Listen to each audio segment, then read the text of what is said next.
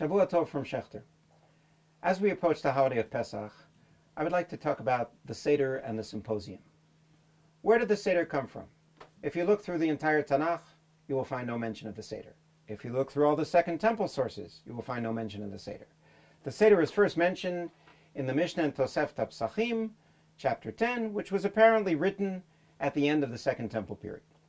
In 1957, Siegfried Stein published a famous article in the Journal of Jewish Studies, in which he shows that the Seder took the forms of the Greek symposium or banquet and transformed them into the Pesach Seder.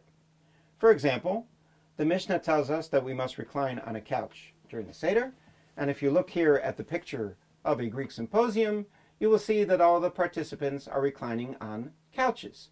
Similarly, we are told in the Talmud Bavli in the Tractate of Psachim that you have to recline on your left arm at the Seder.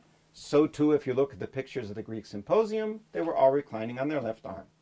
At the Seder, we dip chazeret, or lettuce, romaine lettuce, in salt water. That's exactly what they did at the symposium.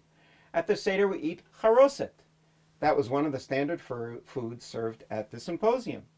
At the Seder, we have the korech, we have the hillel sandwich. Once again, this was a standard custom at the symposium. Similarly, the Mishnah talks about the Afikomen after the Paschal Lamb, and Professor Saul Lieberman proved in the 1930s that the Afikomen is a slight variation on the Greek word epikomon, and epikomon was a custom of carousing after the symposium, going from house to house, dancing, singing, drinking, and you're not allowed to do that after the Paschal sacrifice. In a similar fashion, the literary forms of the Seder are based on the symposium. For example, the 4 questions, which are really quite simple. At the symposium, the questions asked were also very simple. In the Haggadah, we read about the 5 sages reclining all night long in Bnei Brak. Similarly, at the symposium, they would recline all night long. Another parallel, the Mishnah in Psachim says that one must explain Pesach, Matzah, and Maror at the Seder, and the items must be lifted up when explaining them. So too at the symposium, they would lift up a piece of food and give an explanation about that piece of food.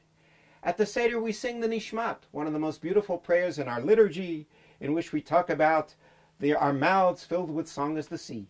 At the symposium, they would sing songs in praise of the emperor. What can we learn from all of these parallels?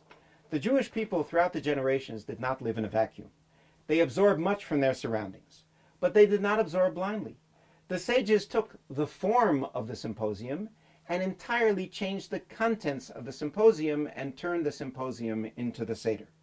The Greeks and the Romans discussed love, beauty, food, and drink.